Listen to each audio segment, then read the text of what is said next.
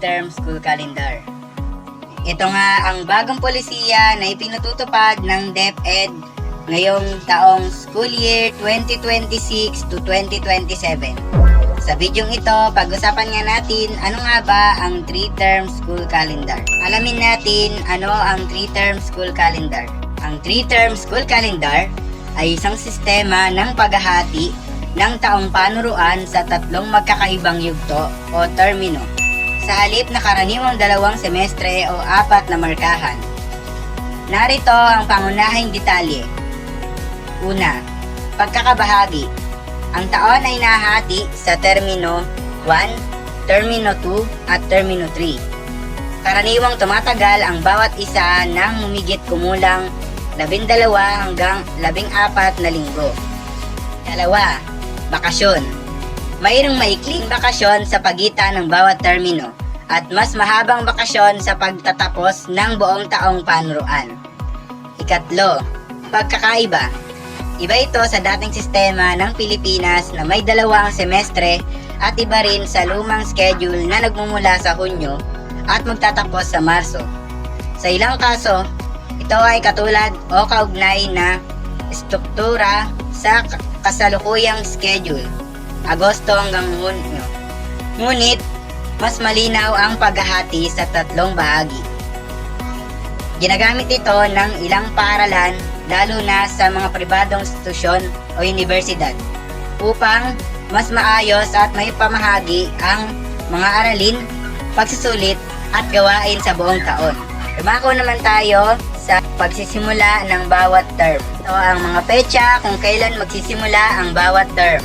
Term 1. Ang term 1 ay uumpisahan sa Hunyo 8 hanggang Setyembre 15 taong kasalukuyan. Term 2 naman ay mag-uumpisa sa Setyembre 16 hanggang Disyembre 18, 2026. Term 3 or last term naman ay mag-uumpisa sa Enero 4 hanggang Abril 8, 2027. Dumako naman tayo sa layunin nito sa pagpapatupad.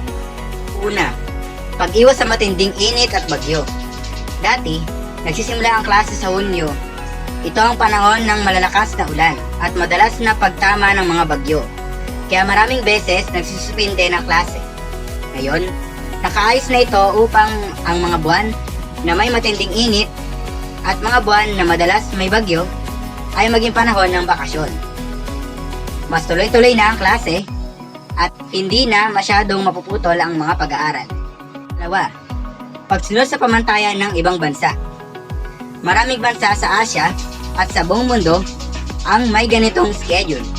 Ginawa ito upang maging tugma ang ating kalendaryo sa mga paaralan at universidad sa ibang bansa. Mas madali na ngayon ang paglipat ng estudyante mula sa ibang bansa o ang pagpasok sa mga international na kurso. Kung dahilan, may balanseng pagkakabahagi ng mga gawain. Sa halip na mahahabang semestre, hinati ito sa 3 termino na may maikling pahinga sa pagitan.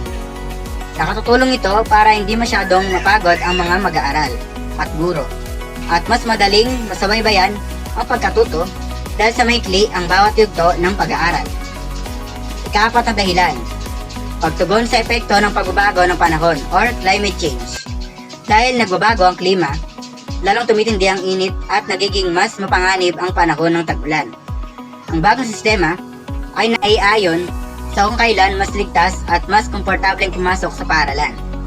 Sa madaling salita, ang pangunahing layunin ay mapabuti ang kalidad ng pag-aaral sa pamamagitan ng mas ligtas, mas tuloy-tuloy at mas angkop na schedule. Ngayon, dumako naman tayo sa mga mangyayari sa bawat term.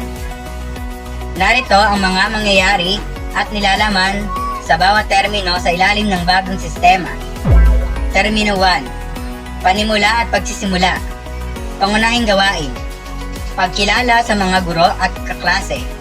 Pagpapakilala ng mga asignatura at paksa.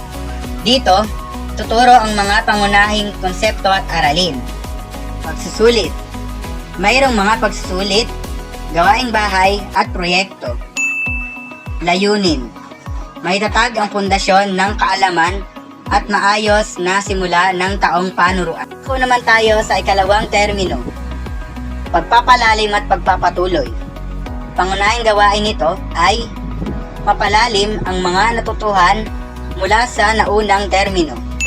Mas detalyado at mas malawak na ang mga paksang tatalakayin. Isasama rin dito ang mga gawaing pangkomunidad, pagsasanay at mga espesyal na proyekto at sulit. Gitnang pagsusulit at malalaking gawain.